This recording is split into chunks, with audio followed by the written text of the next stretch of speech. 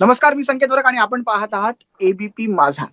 खरं तर आजचा आपला जो विषय हा मेडिकल फील्ड संदर्भात आहे, तो एका स्पेसिफिक आजारासंदर्भात आहे.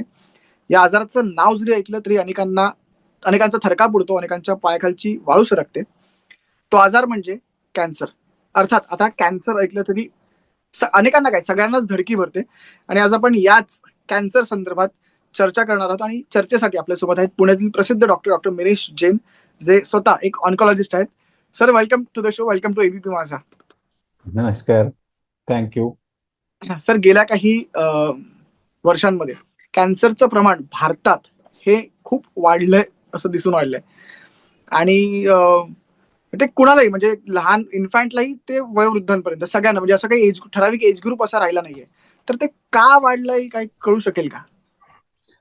कॅन्सर हा एक लाईफस्टाईल डिझीज आहे.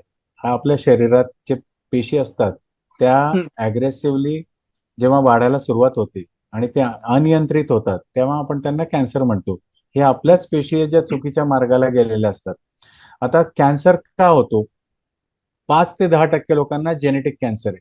90-95% लोकांना कॅन्सर हा लाईफस्टाईलमुळे 3 गोष्टी महत्वाच्या असतात. एन्व्हिरॉन्मेंट, जे आपण जसं स्मोक आहे, जे गॉड. पोल्युशन आहे, जे एन्व्हिरॉन्मेंटल फॅक्टर्स आहे, सन आहे किंवा जे बाहेरचे पाण्यात आर्सेनिक. दुसरं नेचर आहे ओरिएंटेड बेसिकली. Nature oriented. एक आहे येस. जेनेटिक, जे आपले जीन्स आहेत. आणि गॉड. एक आहे आपलं कर्तृत्व, की आपण एक्सरसाइज करतोय का, आपलं वजन वाढतंय का, आपण काय खातोय, काय टाकतोय. डेली हे रुटीन बेसिकली. सगळ्यांचं डेली रुटीन, या सगळ्यांचं समावेश म्हणून जे तयार होतं ते कॅन्सर. आता जर का आपण चुकीचं पेरलं, 3 गोष्टींची महत्व असते. आपले विचार, आपला विचार योग्य पाहिजे. मी पडणार पडणार पडणार तर खड्डा नसताना पडणार. दुसरं आहे आहार, योग्य आहार. जे आपण पेरतोय, आपण काय केलंय की आता आपल्याकडे 24 तास लाईट आहे, 24 तास आपण खातोय. So which is not right. आपल्याला पहिले शिकवलं गेलं होतं की आपण सूर्योदयापासून सूर्यास्तापर्यंत खावे, पण आता आपण गॉड. सूर्या लाईट्सला सूर्य समजून चालतोय. So eating continuously, eating wrong, processed food खातोय. बरंचसं जे काही आहे ते आपण charred food, smoked food, pesticide युक्त, आणि त्याच्यात मग आपण ज्युसेस आणि सगळे जे कोल्ड ड्रिंक्स, हे सगळे डेंजरस प्रकार आहेत. तर गॉड. हे खाल्ले नाही पाहिजे. आपल्याला काय खाल्लं पाहिजे? आपल्याला फ्रुट्स खाल्ले पाहिजे, चावून खाल्लं पाहिजे. आपल्याला सांगितलं गेलं की 32 वेळा चावून खा, पण आपलं सगळं फास्ट फूड आहे, आपल्याला सगळं गिळायचंय. सो हो. This is there. Then we have smoking, we have alcohol, we have no exercise. आता तुम्हाला मजेची गोष्ट म्हणजे बसून राहणे, sedentary lifestyle is causing 5% of cancer, हो. Which is more than drinking alcohol, which is 4%. So we don't realise की हे किती घातक आहे बसून राहणे. आणि आपण त्याला मोस्ट ऑफ द सर कॉर्पोरेटचं कल्चर आपण जर पाहिलं तर 9 to 5 चा जॉब असतो, हा मोस्टली साऱ्यांचा बसूनच जातो. त्याच्यामुळे yes, sedentary lifestyle is one of the major reasons. हा. Plus the way we are eating. आता आपल्याकडे जी फळं आहेत, जी आपण काय खातोय की बाबा 2 महिन्यापूर्वी मागवलेली किवी आपण इथे खातोय. We are not eating what is grown, what is fresh. Exact. आपण सगळे आपली लाईफस्टाईल आपण बदलत चाललोय. So this is all going to affect us. See we are creating our cells. आपण जे पेरतोय तेच उगतंय. तर आणि तिसरं गोष्ट आहे आचार, म्हणजे व्यायाम करणे. आता व्यायाम म्हणजे वॉकिंग हे व्यायाम नाहीये, एक्सरसाइज थोडी चांगली पाहिजे. रनिंग, सायकलिंग, क्लाइम्बिंग, स्विमिंग, अशा प्रकारची जी एक्सरसाइज ज्याच्यात घाम गळायला जातोय. आता we are all dependent on machinery. आपल्याकडे सगळ्या गोष्टींची मशिनरी आली. कुठे चालतही जायचं नाही, लिफ्टने वरती जायचंय, गाडीने इकडे जायचंय, मशिनीने कपडे धुवायचे, सगळं आय रोबोटने जमिनी पुसायच्या. So we are doing nothing. We are just become to, I would lethargic. Say lazy, lethargic, हो. Lazy, sedentary. तर हे थोडंसं आपल्याला बदल केला पाहिजे. आणि खूप सोप्या गोष्टी आहेत, हे काही फार कठीण नाही आहेत. हे 90% मी म्हटलं ना, cancer is self created. So okay. If we change our life, we can do a significant change. Sir, आता कॅन्सर इज, तुम्ही म्हणाल की सेल्फ ड्रिव्हन किंवा आपण लाईफस्टाईल ओरिएंटेड आजार असं आपण म्हणू शकतो त्याला. पण मिथ्स खूप आहेत या आजारासंदर्भात. म्हणजे तो इट इज ऑलवेज फेटल किंवा इट इज कंटेजियस. तर कंटेजियस तर म्हणजे फॉर शुअर नाहीच आहे, but it is it always fatal म्हणजे? कॅन्सर कसा आहे ना, ऍडव्हान्स स्टेजेस मध्ये दिसला तर फेटल असू शकतो, पण अर्ली स्टेजेस मध्ये क्युरेबल आहे. आता तुम्ही जर का ब्रेस्ट कॅन्सर अर्ली स्टेजला धरलं तर 90-95% क्युअर आहे. हम्म. सर्विक्स कॅन्सर अर्ली स्टेजला धरलं तर क्युरेबल आहे. म्हणजे काय की आता see try and understand, if you see a breast cancer of 1 centimeter size, तो गॉट वन इट. सेंटीमीटर व्हायला त्याला 30 वेळा दुप्पट व्हावं लागेल शरीरात. म्हणजे ओके. एका पेशीच्या 2, दोघाच्या 4, 4च्या 8 असं व्हायला 30 वेळा त्याला डबलिंग करावं लागेल, तेव्हा तो 1 सेंटीमीटर होईल. आता 1 सेंटीमीटर मध्ये आपण साधारणपणे धरलं तर it is 10⁸ cells, which is like maybe 50 crore cells in one place. So this has not happened overnight. This has happened over 6 to 17 years. So it's not got it. Like की cancer आज तुम्ही झालं आणि तुम्ही तर, पण तो एकाचा 2 व्हायला जर का 30 दिवस लागताय, तर 2चे 4 व्हायला 30 दिवस, 4चे 8 व्हायला 30 दिवस, परत सेंटीमीटर्स मध्ये वाढताना ते तसंच होते.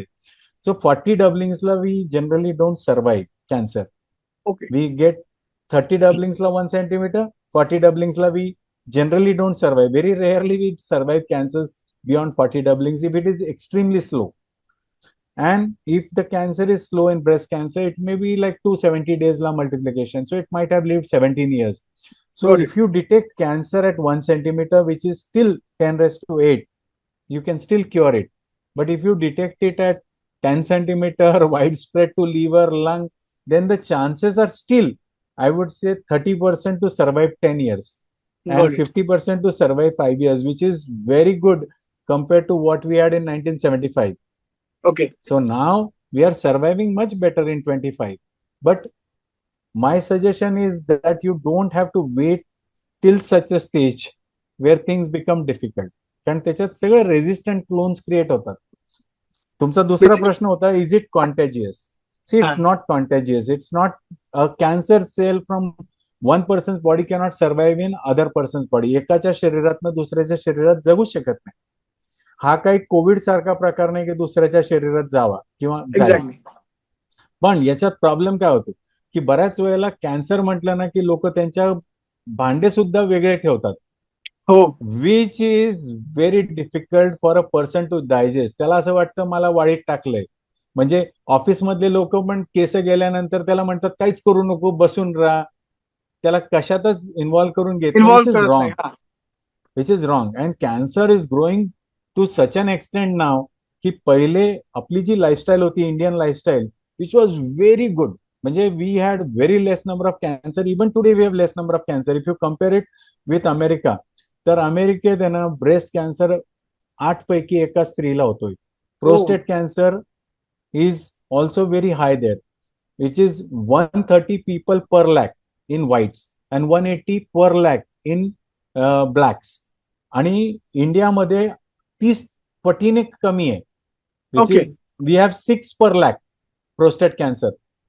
आणि रुरल पॉप्युलेशन मध्ये we have 1 in 70 1 in 70 who see a breast in India got. and 1 in 18 in Pune or Bombay. So okay. in urban society we have 1 in 18. We still are better than the UK or US population. Now why is this? We are trying to imit, or आपण कुठल्या लाईफस्टाईलला चाललोय, western लाईफस्टाईलला. तर got आपलं it. काय होणार आहे? आता तुम्हाला उदाहरण देतो की एखादा भारतीय, ओके, तो अमेरिकेला गेला की त्याच्या नेक्स्ट जनरेशन मध्ये त्याची रिस्क अमेरिकन होते. हो. म्हणजे they will get the same risk like American. So your risk was 30 times less for prostate cancer, in India. 10 times less for breast cancer, but you stay in America for next 15-20 years for the next generation, you are at the same risk of got the it. Americans. तर याचा अर्थ काय की आपली जी lifestyle होती, आपलं जे खाणपिण होतं, आपलं जे ज्या प्रकारचं आपण खात होतो, हे डेफिनेटली मच बेटर. पण आपण इमिटेट केलं वेस्टर्न पॉप्युलेशनला and we landed up there and we are still reaching to them. आणि तसं जर का झालं तर तुम्ही विचार करा किती नंबर होईल आपल्या देशात. We have 7 times more population than America. America. Sir मगाशी तो विषय आला की तुम्ही म्हणाल की डिटेक्शन. तर डिटेक्शन, अर्ली डिटेक्शन होऊ शकतं का कॅन्सरचं, आणि ते किती अर्ली होऊ शकतं? डिटेक्शन हा सगळ्यात सोपा मार्ग आहे. म्हणजे कॅन्सर डिटेक्ट करणे हे खूप सोपं आहे. याला 2 प्रकारे, जे हाय रिस्क असतात, ज्या लोकांना फॅमिलियल हिस्ट्री आहे, जे स्मोकर्स आहेत, जे तर अशा लोकांना आपण म्हणतो, याला स्क्रीनिंग म्हणतो आपण, अर्ली कॅन्सर स्क्रीनिंग. आणि which can be done if you are smoker, you can do a low dose CT. If a female is there and they are 45 and above, they can do a mammography. Got it. If females can do pap smear for cervical cancer, PSA करू शकतात पुरुषांमध्ये prostate कॅन्सरसाठी, कोलॉनोस्कोपी करू शकतात तुम्ही colon कॅन्सरसाठी. जर का Got it. तुम्हाला तुमची लाईफस्टाईल आहे, तुम्ही ओबेज आहात, तुमचं खाणपिन चुकीचं आहे, म्हणजे if you are eating too much of red meat, if you are eating too much of barbecues, processed food, you have a sedentary lifestyle, so you know that you are at a high risk. Obesity itself is a risk factor for 13 types of cancer. Actually, it is linked to 33 types of cancer, but 13 cancers are linked directly. Smoking is linked to 14 types of cancer. Alcohol is linked to almost every cancer. Eating habits are linked to colon cancer, pancreatic cancer. Sir, हे सगळं आपल्याला माहित नाहीये असं नाहीये, सगळ्यांना माहिती आहे. पण त्याच्यातनं आपल्याला असं वाटतं ना की मला हे होणं शक्य नाहीये. पण सर, भारतात तुम्ही म्हणाल की smoking leads to 14 types of cancer. भारतात सर्वाधिक कॅन्सर कोणते जाणवतात किंवा दिसून आलेत, किंवा ऍटलीस्ट महाराष्ट्रात? भारतात आहे ना सगळ्यात जास्त कॅन्सर च्युईंग टबॅकोचे आहेत. 40% of are cancers are head and neck related. Chewing tobacco is not a common thing world wide. म्हणजे तुम्ही जर का अमेरिकेत, युरोपमध्ये बघितलं तर ते तंबाखू चावून खात नाही, ते स्मोक करून खातात. आपल्याकडे सगळे काय आहे की लहानपणापासून ते तोंडात साईडला दाबून ठेवणे ही जी पद्धत आहे, आणि त्यातही पहिले जेव्हा बेसिक टबॅको खात होते, आणि आता process tobacco is even worse, गुटखाज. So this has become a bad thing. Obviously, that is the main reason. दुसरं आहे आपल्याकडे obesity, sedentary lifestyle and food related. So colon, breast, pancreas, lung आता पोल्युशनमुळे आणि जे नॉन स्मोकर्स आहे ना त्यांच्यामध्ये पण लंग कॅन्सर खूप जास्त डिटेक्ट होतोय. त्यानंतर आपल्याकडे जे कॅन्सर्स आहेत जास्त प्रमाणात, ते आता ओबेसिटी लिंक कॅन्सर्स यायला लागलेत. म्हणजे यंग लोकांमधले कॅन्सर्स वाढायला लागलेत. 50च्या खाली जे कॅन्सर्स आहेत त्यांना यंग कॅन्सर्स म्हणतात. म्हणजे आणि ते 2% राईज होतोय आता. पॅनक्रियाज, गॉल ब्लॅडर आणि कोलॉन कॅन्सर्स हे 2% per this thing is very high for young people. Got it. Sir, आता स्क्रीनिंगचा एक आपला विषय झाला, तर स्क्रीनिंग बाबत भारतात खूप जास्त काय म्हणतो त्याला, अवेअरनेस नाही असं वाटतं का? आणि चॅलेंजेस म्हणजे आता ती सिस्टम आपल्याकडे अवेलेबल आहे, पण ते चॅलेंजेस काय आहेत म्हणजे ती आपल्याकडे पॉप्युलेशन इतकी जास्त आहे की आपण सगळ्यांना सरसकट स्क्रीनिंग करू शकत नाही. स्क्रीनिंग करण्यासाठी आता प्रत्येकाचं जर का आपण म्हटलं की कोलॉनोस्कोपी करायची, ओजीडी स्कोपी करायची, स्टूल एक्झामिनेशन करायचं, आपल्याकडे तेवढे रिसोर्सेस नाही, तेवढे डॉक्टर नाही, तेवढे रेडिओलॉजिस्ट नाही.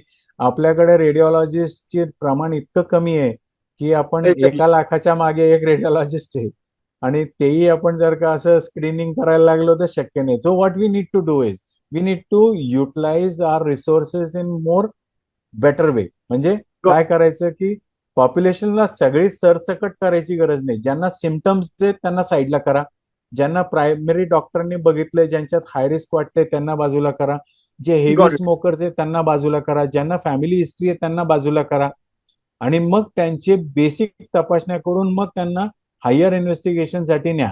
म्हणजे पहिलं काय की लोकांना अवेअर करा की त्यांनी स्वतःबद्दल जागृत राहणे. आता एखाद्याला ब्रेस्ट मध्ये लंप वाटला तर त्यांनी डॉक्टरांना जाऊन भेटणे, डॉक्टरांनी डाऊटफुल वाटलं तर सोनोग्राफी, मॅमोग्राफी, बायोप्सी, MRI, पेट स्कॅन, जे काही करायचंय ते सगळं करायचंय. मी करण्याबद्दल म्हणत नाहीये, पण प्रत्येकाचं आपण पेट स्कॅन आणि प्रत्येकाचं स्कॅन नाही करू शकत, आपल्याकडे पॉसिबिलिटी नाहीये. पण आपल्याला याला काय करायचंय की लोकांना अवेअर करायचंय. तुमच्या शरीरात कुठलीही गोष्ट, म्हणजे जर का तुम्हाला खोकला येतोय आणि तो 2 आठवड्यापासून थांबत नाहीये, तुम्हाला कुठून ब्लिडिंग येते संडास वाटे खोकल्यातनं, किंवा तुम्हाला एखादा मोल आहे तुमच्या शरीरावर, त्याचे रंग बदलतोय, साईज बदलते, तुमचा एखादा लंप आहे, तुम्हाला पोटात दुखतोय, तुम्हाला वजन कमी होतंय, तुम्हाला भूक लागत नाही, तुम्हाला गिळाला त्रास होतोय, तुम्हाला ताप येतोय जो 2 आठवड्यात सेटल होत नाहीये, तर असे सगळे रिझन्स, किंवा तुम्हाला खाजच येते, घामच येतोय, तुम्हाला कळतं की मी 2 आठवडे झाले रुटीन सगळे ट्रीटमेंट मी फिजिशियनकडे घेतले आहेत, देन दिस कॉल्स फॉर की no there could be something serious. शरीरात काहीतरी गॉट आतमध्ये घडत असावं, त्याला इन्व्हेस्टिगेशन करणं गरजेचं आहे. तर आपल्याला टर्शरी सेंटर, एखादा स्पेशालिस्ट धरणे किंवा MD डॉक्टर, अशा डॉक्टरांकडे जाऊन ते पुढे तपासण्या करणे गरजेचं होऊन जातं आणि मग ते करायला पाहिजे. तुम्ही आता मगाशी एक म्हणता म्हणता म्हणालात की फॅमिली हिस्ट्री. तर मगाशी एक माझ्याकडून राहून गेलं होतं की एक काय म्हणतो आपण त्याला, कॅन्सर हेरिडिटरी असू शकतो का? 5 ते 10% लोकांचा हे कॅन्सर हा हेरिडिटरी असतो. ओके. म्हणजे मग याच्यात मग कसं असतं, म्हणजे पाच ते मग दहा 5 ते 10 बट सपोज जर कुणाच्या फॅमिलीमध्ये असेल, तर त्यांनी असं हो. मला पर्सनली वाटतं मग स्क्रीनिंग करूनच घ्यावी. नाही, असं नाही नाही. की एकाला झाला तर तो कॅन्सर ओके. सगळ्यांमध्ये असेल. 3 लोकांमध्ये जर का कॅन्सर आहे तर तुम्हाला स्क्रीनिंग करणं गरजेचंच आहे. ओके. पण गॉट इट. तुमच्या घरात जर का यंग लोकांना कॅन्सर होतोय, हा. काही ठराविक प्रकारचे कॅन्सर होत आहेत, breast cancer, ovarian cancer, prostate cancer, हे लिंक कॅन्सर्स जे असतात, ज्यांना जेनेटिक लिंक्स आहेत, BRCA related, BRCA1, BRCA2, Peutz जुगर, गॉट इट. गॉट असे इट. जे कॅन्सर्स आहेत ज्यांना लिंकिंग आहे, ज्यांच्यामध्ये जर का तुम्हाला तसे कॅन्सर असतील घरात किंवा यंग लोकांना डिटेक्ट झालेले असतील, तर मग त्या गॉट इट. लोकांना आपल्याला डेफिनेटली इन्व्हेस्टिगेट करणं गरजेचं आहे. ओके. सर एक मी काल एका ठिकाणी वाचत होतो, तर मी 1-2 आर्टिकल्स असे वाचले. तर तुम्ही मला ॲज अ डॉक्टर सांगा, की म्हणजे सपोज पुरुषांसाठी किंवा आपण सेग्रीगेट करू पुरुषांसाठी आणि महिलांसाठी, की फर्स्ट 5 सायन्स काय असू शकतात? म्हणजे कॅन्सर झालाय किंवा it is in the early stage आणि डिफरंट असू शकतात का म्हणजे जेंडर वाईज? हा, जेंडर वाईज म्हणजे आता काय, ब्रेस्ट कॅन्सर आणि सर्वायकल असेल तर कॅन्सर हे हे पण हेड आपल्याला and neck. Females. Okay. Head and neck cancer तर सेमच राहतील. तुम्हाला गॉट जर इट. का तोंडात चट्टा आहे, तुम्हाला हां, अल्सर आहे जो जात नाहीये, एखादा लंप आहे तोंडात, एखादं हां, डेंचर हलायला लागलंय न कारण, तुमचं हां. वजनच कमी व्हायला लागलंय न कारण, तुम्ही डायटिंग करत नाही, काय नाही, तुम्हाला हं. जर का एखाद्या ब्रेस्टमध्ये लंप आहे, तुम्हाला पोटात दुखतंय, तुम्हाला संडासीत रक्त पडतंय, तुम्हाला गिळायला त्रास होतोय, असे कुठलेही सिमटम्स असले तर मेल फिमेल त्याच्यात डिफरन्शिएट होत नाही. होत नाही. पण ओके. हा, पण सर्वायकल कॅन्सर जो आहे तो फिमेल्सलाच होणार आहे, कारण जर का अंगावरनं जात असेल रक्त किंवा पांढरं, आणि ते पाळी गेल्यानंतर जर का ब्लिडिंग होत असेल फिमेल्समध्ये, संडासात रक्त पडत असेल, अशा काही गोष्टी आहेत की जे तुम्हाला एखाद्या वेळेला पाईल्स फिशर असू शकतो, पण तो जर का तुम्हाला पाईल्स फिशर नाहीये आणि ते ब्लिडिंग होतंय, गॉट इट. तुम्हाला लघवीतनंच रक्त येतंय, तर this can be one of the symptoms. It's not that if you get bleeding it is cancer, or if your cough is not settling it is cancer. It is not. But yes, तुम्हाला जर का 2 आठवडे खोकला सेटलच होत नाहीये, तुमच्या खोकल्यातनं रक्त चाललंय, ते टीबी असू शकतं, पण कॅन्सरही असू शकतं. त्यासाठी आपल्याला इन्व्हेस्टिगेशन करावं लागलं, स्कॅन करावं लागलं तर करावं लागेल. ओके. आणखी एक मी वाचताना मला मला मी generally of course not from the medical field, त्यामुळे मला ते कळलंच नाही. अर्ली ऑनसेट कॅन्सर हा म्हणजे नेमका प्रकार काय आहे? अर्ली ऑनसेट कॅन्सर नाही, कॅन्सर हा अर्ली डिटेक्शन केल्याने खूप फायदे होतात.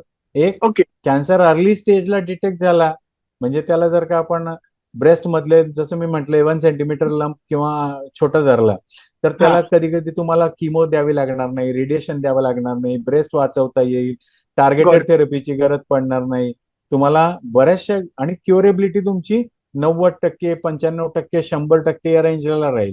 आणि तेच तुम्ही 4थ्या स्टेजला गेला तर तुमची क्युरेबिलिटी 5%च्या खाली येईल. तर तुम्हाला जर का क्युअर व्हायचंय तर तुम्हाला अर्ली स्टेजला डिटेक्ट होणं गरजेचं आहे. गरजेचं आहे. अर्ली स्टेजला डिटेक्ट होण्यासाठी तुम्हाला सेल्फ अवेअरनेस होणे गरजेचं आहे, की तुमच्या शरीरात काही बदल घडतोय तर ते तुम्हाला माहित पाहिजे. तुम्ही जर का अवेअरनेस क्रिएट झाला तर तुम्ही स्वतःबद्दल जागरूक राहतात, आणि आपल्याला बॉडी सिग्नल देत असते, पण आपल्याला काय वाटते, मला काय होणार आहे आणि मला कशाला होईल cancer. So we ignore sometimes, आपल्याला बॉडी सिग्नल देते पण आपण ओके. त्याच्याकडे लक्षच देत नाही. So got it. This also could be means doing test does not mean you will get cancer. And doing a got it. Test today, आज तुमचा स्कॅन नॉर्मल आला याचा अर्थ उद्याच कॅन्सर होऊ शकत नाही असं पण नाहीये. पण तुम्ही जागृत राहतात आणि तुम्हाला कुठलाही थोडासा त्रास झाला तर तुम्ही त्या अवेअरनेस गोष्टींना बघतात. तुम्ही गॉट इट. एक विचार करतात की ठीक आहे, जरी कॅन्सर झाला तर तो क्युरेबल आहे अर्ली स्टेजला, त्याला लपवून ठेवणे किंवा न बघणे हा प्रॉब्लेम सॉल्व्हिंग नाहीच आहे. Got it. आणि जर का लेट स्टेजला झाला तर तुम्हाला किमो असते, त्रास असते, साईड इफेक्ट, तुम्हाला immunotherapy. Got it. Sir cancer बाबत मिथ्स वगैरे आहेत आणि सगळंच आहे, पण ट्रीटमेंट संदर्भात पण थोडीशी कॉन्ट्रोवर्सी नाही म्हणता येणार, पण काय म्हणतो अनसर्टनिटी आहे, ती म्हणजे ॲलोपॅथी, आयुर्वेदा की होमिओपॅथी. तुमचं काय मत आहे याच्यावरती? माझं मत सिंपल आहे की तुम्ही जे काही कराल त्याच्यावरती तुम्हाला विश्वास आहे, तुम्हाला वाटतं की ते बरोबर आहे, तर त्याच्यावरती मिक्स नका करू. म्हणजे ॲलोपॅथी घेताना तुम्ही त्याच्यात आयुर्वेदिक, होमिओपॅथिक असं मिक्स करू नका. कारण याच्यात काय होतं ना की एव्हरी ड्रग जे आपण जेव्हा ट्रीटमेंट घेतो, तुम्ही लक्षात घ्या की आपण पॅरासिटामॉल घेतली तर आपण 3 गोळ्या घेतल्या आणि 10 गोळ्या घेतल्या तर साईड इफेक्ट 100 गोळ्यांवर आहे. Efficacy of a drug can be 3 tablet 10 tablets. पण गॉट. साईड इफेक्ट 100 टॅबलेटवर आहे, तुम्हाला सेफ्टी रेंज खूप आहे. पण किमोथेरपीचा ड्रग कसा असतो की जिथे तुम्हाला 3 वर फायदा आहे तर 3.1 वरती नुकसान आहे, 2.9 वरती त्याचा फायदा नाहीये. तर गॉट इट. खूप टाईट रोपवर आम्ही चालतोय. तर 10व्या मजल्यावर दोरी लावून जेव्हा आपण चालतोय तेव्हा तिथे you should not be doing unnecessary problems की बाबा तुम्ही आयुर्वेदिकच टाकलं ते balance may build and you may fall. म्हणजे तुमचं जे साईड इफेक्ट आहे तो वाढू शकतो, इफिकसी ड्रॉप होऊ शकते. तुम्हाला जर का किमोथेरपीवर विश्वास आहे, पूर्ण किमोथेरपी घ्या, 1-2 महिने घेऊन बघा. फायदा नाही झाला तर तुम्ही आयुर्वेदिकवर शिफ्ट व्हा, होमिओपॅथीवर शिफ्ट व्हा, पण मिक्सअप करू नका. हे जे लोकांचं असतं ना की थोडं आयुर्वेदिक टाकलं, थोडं होमिओपॅथिक टाकलं, हो. This is not correct.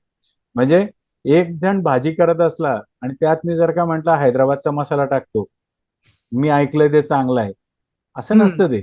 जो करतोय त्याच्यावर विश्वास द्यावा, त्याला करू द्या. आणि नाही तर तुम्ही बदलून टाका.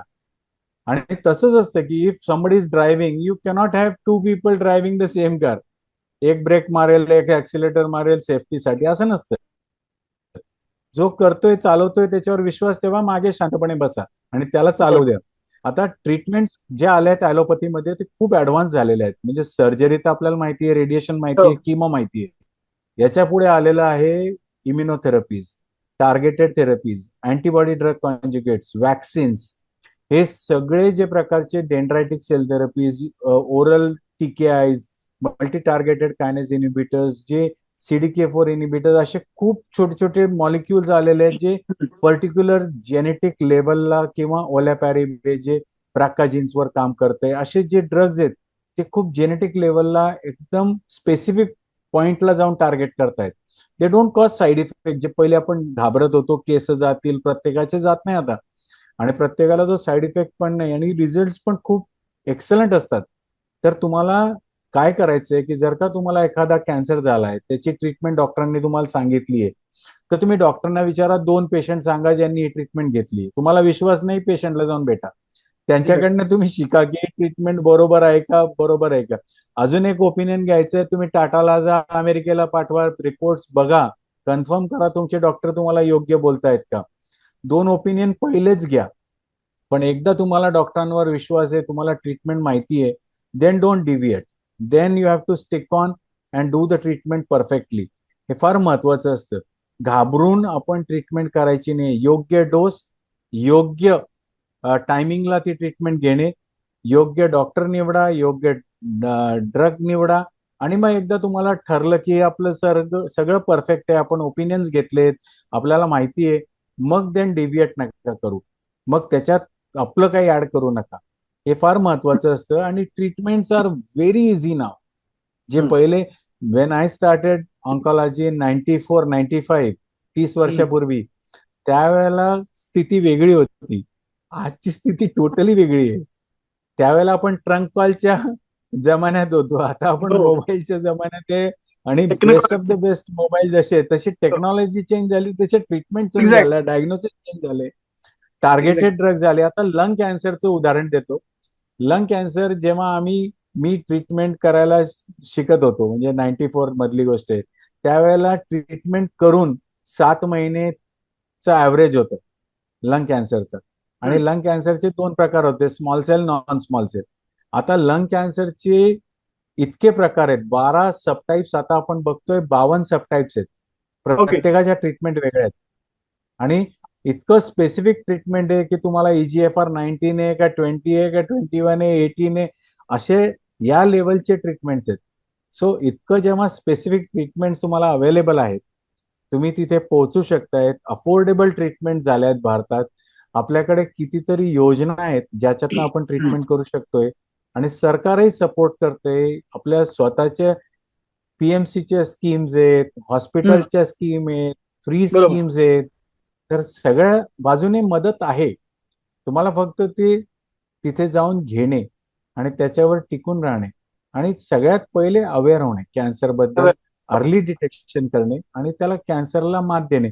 त्याच्याबरोबर आपण लाईफस्टाईल आपला चेंज करा. मी जसं म्हटलं ना, की तुमच्या वेटवर नियंत्रण करा. हाईट -100 एवढं वजन ठेवा. 40 मिनिटं व्यायाम करा. 14 तास उपवास करा. त्यानंतर उन्हात तुम्ही 11 ते 4 जाऊ नका. गेले तर छत्री किंवा फुल, म्हणजे अल्ट्राव्हायोलेट रेज आता आपल्याला माहिती आहे, आपलं एन्व्हिरॉन्मेंट हो. चेंज होते. तर त्यामुळे ते एक महत्वाचं आहे. तुम्ही जंक फूड खाऊ नका, स्मोकिंग करू नका, अल्कोहोल घेऊ नका. तुम्ही अननेसेसरी रात्र बेरात्र जागून राहू नका. वेळेत झोपा. भरपूर फळं, भाज्या आणि जितके रंग खाता येतील ते चावून खा. रेड मीट, प्रोसेस्ड फूड, बार्बिक्यूज पासून लांब राहा. हे सगळे जे सिंपल सिंपल गोष्टी आहेत, याच्यापासून तुम्ही स्वतःला व्यवस्थित तयार करता आहात आणि कॅन्सर पासून लांब राहा. सर, ट्रीटमेंट बद्दल आपण बोललो, तर सोशल मीडियावर असेही काही पोस्ट असतात की कॅनॅबिस, मॅरिjuana, त्याच्याने हा, कॅन्सर ट्रीट होऊ शकतो. नेमकं काय म्हणजे मिथ आहे की सत्य आहे?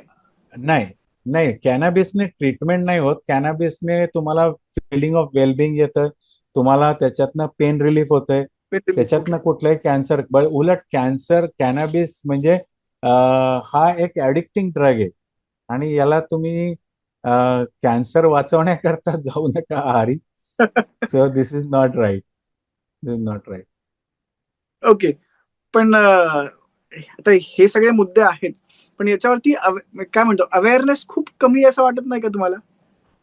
म्हणजे लोक सर्रास डेफिनेटली. पोस्ट करतात, आणि मे बी मी यासाठी हे विचारतोय, कारण कसं होतं की आपण या सगळ्या गोष्टी सोशल मीडियावरती पाहतो, आणि आणि खूप ठिकाणाहून या गोष्टी येतात, आणि त्याचा जो ओघ असतो तो इतका असतो की आपण इन्फ्लुएन्स होऊन जातो.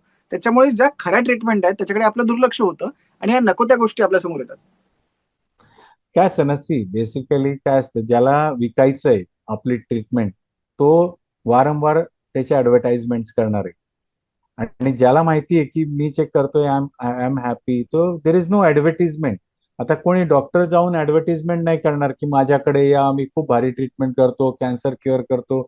असं कोणी खोटं कोणाला बोलू शकत नसतं. बरोबर आहे. कुठला चांगला जो टीचर असेल, तो मुलाला सांगतो का की मी आता तुम्हाला पासच करून देणार आहे आणि तुम्हाला हो. सगळ्यांना चांगले मार्क पडणार आहे? त्या टीचरला तुम्हाला शोधत जावं लागतं. आणि जे लोकांना आपले दुकानं विकायची असतात, म्हणजे आपले स्कीम्स विकायचे असतात, त्या बसच्या मागे लावतात, आमचे पहिले 2, पहिले 5 आमचेच. हो, हो, हो. म्हणजे so this is how they sell it, and that is how people get into it. तर जे लोक चांगली आहेत ती कधीच तुम्हाला बोलवायला जाणार नाही, त्यांच्याकडे काम भरपूर आहे. तुम्हाला त्यांना शोधत जायचंय, ते तुम्हाला शोधत येणार नाहीये. आणि जे शोधतायत त्यांच्याकडे कामं नाहीयेत, गॉट इट. किंवा त्यांचे ग्रीड्सवर त्यांचे नीड्स वेगळे आहेत, त्यामुळे ते सगळं प्रकार वेगळा आहे. So I don't want to go into such things. And as a of course. Allopathy doctor practising, we cannot advertise. We are not supposed to advertise. Got I it. can spread awareness. See, I'll tell you 2 examples. I did a YouTube for 2 years. आणि माझे 95च्या पुढे YouTube वरती videos आहेत for cancer awareness, which has less views than most of the most useless reels which exactly, are. Exactly point. हो. Okay. आणि दुसरं reason काय आहे की लोकांना वाटतं कॅन्सर बद्दल मला कशाला ऐकायचंय. This is not my thing. So why should exactly. I think? I'll give you an example. When I came to Pune, I did a survey for the entire day. मी पूर्ण दिवसभर बसून एक 204 स्त्रियांना आम्ही इव्हॅल्युएट केलं, आणि 4 लोकांचं हाय रिस्क होतं. तर मी त्या 4 लोकांना सांगितलं की तुम्हाला ब्रेस्ट कॅन्सरची रिस्क हाय आहे based on Gail model where you look at 7 parameters, 204 got it. लोकांचे 7 पॅरामीटर्स, 7-8 तास आम्ही काम केलेलं होतं, मी आणि माझा एक मित्र. आणि त्या 4 लोकांना जेव्हा आम्ही संध्याकाळी सांगितलं की बाबा you are at high risk, you should get evaluated mammography, 2002-2003 ची गोष्ट आहे. हम्म. तर त्यावेळेला त्या स्त्रियांनी जाताना सांगितलं की डॉक्टरांकडे काम नाहीये, त्यामुळे ते आमच्यात कॅन्सर शोधतायत. एक्झॅक्टली. सो त्या दिवशी मला लक्षात आलं की ज्या लोकांना जेव्हा गरज आहे तोपर्यंत त्यांना तुम्ही जाऊन सांगणे हे वेडेपणा आहे. म्हणजे जसं बाळ रडल्याशिवाय त्याला आई सुद्धा पाजत नाही, तसं तुम्ही जर का कोणाला जाऊन शिकवलं आणि त्याने आई विचारलेलं नसलं तर सांगू नये, आणि नंतर त्यांना कॅन्सर झाला की तेच पैसे देऊन डॉक्टरांकडे येतात. एक्झॅक्टली. आणि जास्त पैसे येतात So रांगेत. this is where the problem is. So it's not that we don't want to teach them or make them aware, but they don't want this. Got it. म्हणजे मी उलट्या घड्यावर पाणी टाकून काहीच फायदा नाही ना, रिसेप्टिव्ह व्हायला पाहिजे ना. हो. समोरचा व्यक्ती जर का रिसेप्टिव्ह नाहीये तर मी त्यात काय ज्ञान टाकणार आहे, काय त्यांना शिकवणार आहे, तसं शक्यच नाही. हो. सो जर का मला कोणी विचारलं की बाबा मी काय करू, तर मी सांगणार की 3ऱ्या मजल्यावरनं उडी मारू नको. See got somebody it. Comes to me हे करू का, मी म्हणणार नको करू, हे चुकीचं आहे. पण जर का तुम्ही करतायत तर मी जाऊन नाही सांगणार की नका करू, because you are not asked me. So I am not exactly. Suppose to tell people that don't smoke, don't do e cigarettes, don't do this wrong things. ते म्हणतील तुम्ही आपलं आपलं काम बघा, तुम्हाला कोणी विचारलंय का? So this is where the problem is. So if I try and tell people that e cigarettes are equally dangerous like cigarette smoking, yes. people won't listen to me. कारण की त्याचं ब्रँडिंगच तसं केलं गेलं असं, आणि ते जास्त इतकं म्हणजे काय म्हणतो हायपर ब्रँडिंग Cool. म्हणतो की त्याच्यामुळे ते कूल दिसणे. कूल कूल कूल थिंग त्याच्यामुळे. तर ते, आणि तुम्हाला आश्चर्य वाटेल, we are second highest smoking people in females in India now compared Got it. to anywhere in the world, bold. which was not there 10 years back. आता तुम्हाला सरास, तुम्ही जर का, आता मला लोकेशन्स नको सांगायला, पण पुण्यात लोणावळ्याला इकडे तिकडे फिरताना तुम्हाला लक्षात येईल की जे female smoking was not there, now you are seeing it. Drinking was not there, which we are seeing it. So we are changing our lifestyle into worse. आणि हे इन्फ्लमेशन क्रिएट करतं. आपण लेट नाईट जागतो, हे inflammation create करते. Late night खातोय. आता 2-2:30 वाजता जर का तुम्ही फूड ऑर्डर करताय, तुम्हाला अवेलेबल आहे, तर दिस इज रॉंग. हो. आणि युजली सध्या सगळ्या ऑर्डर्स या 12च्या नंतर खूप जास्त असतात. कोणत्याही कंपनीज असल्या किंवा कोणत्याही रेस्टॉरंट असल्या 12च्या नंतर ऑर्डर्स खूप जास्त. मागाशी तुम्ही म्हणाल की लाईफस्टाईल, आता तुम्ही ई सिगरेटचं उदाहरण दिलं, तर ऑफकोर्स लाईफस्टाईल पॅटर्न आहे, आणि this of course influences the risk of cancer, जसं तुम्ही म्हणालात. आणि केल्या होत नाही ना, केल्या होत नाही. तुम्ही आज ई सिगरेट ओढली तर तुम्हाला उद्या कॅन्सर होणार आहे असं नाही, पण तुम्हाला ती सवय लागणार आहे, आणि this is what is going to create the future thing. Got it. So you have started creating yourself today. Exactly. पहिला दणका बसलेला आहे. एक सर लास्ट क्वेश्चन घेतो.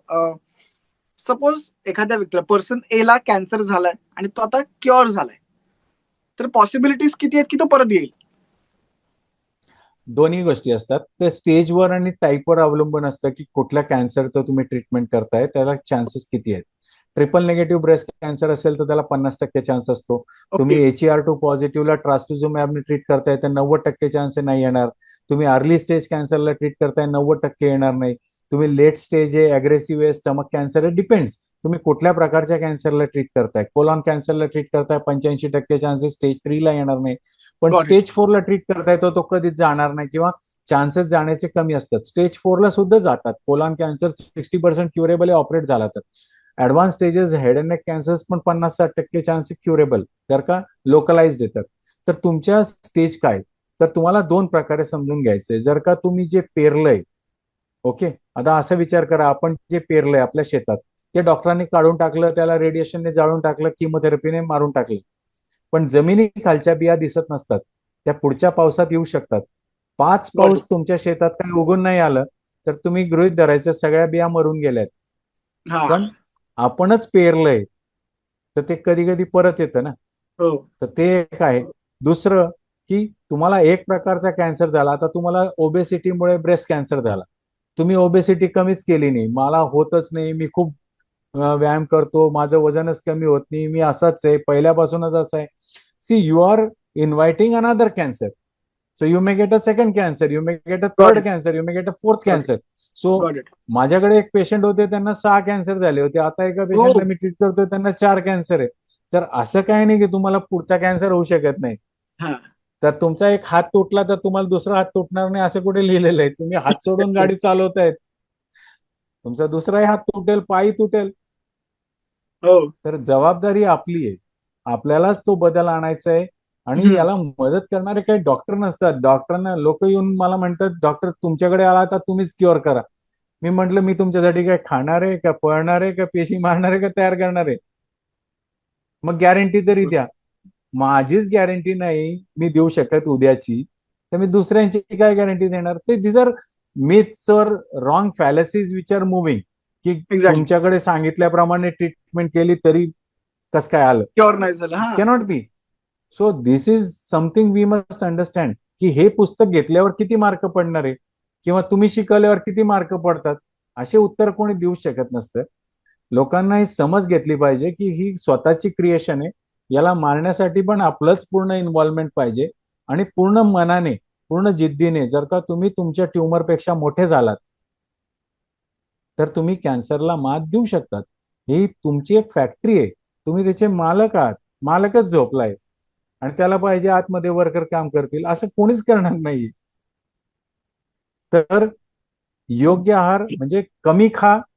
जास्त पळा आणि आनंदात राहा. हे सगळ्यात सोपं गणित. एक टिबेटियन म्हण आहे, eat half, run double, laugh triple. आणि ते सगळ्यात सोपं गणित आहे. आपल्याला सांगितलंय पोट भरून खाऊ नका, पण आपली जितकी डिश आली आहे, जितकी ऑर्डर करून आली आहे, संपवायला जेवण उठत नाही.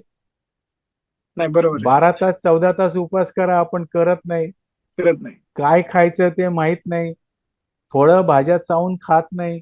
तर हे त्याच्यात फायटोन्यूट्रिएंट्स आहेत बरेचसे, 25,000 फायटोन्यूट्रिएंट्स आहेत फळांमध्ये आणि भाज्यांमध्ये. आपल्या रोजच्या ताटात जितके रंग खाता येतात तेवढे खाल्ले पाहिजे.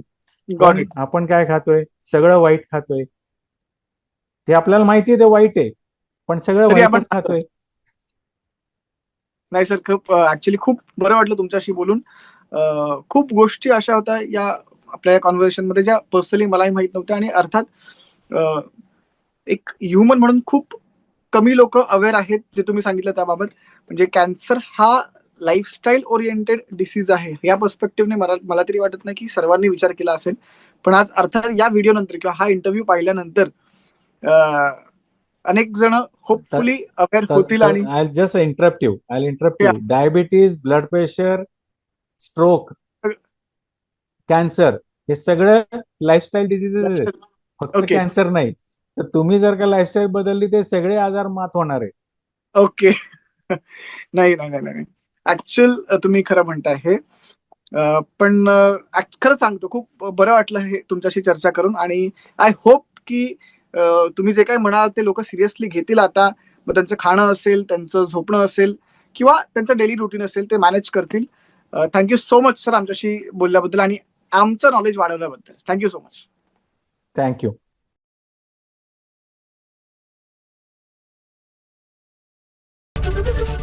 एबीपी माझा, उघडा डोळे बघा नीट.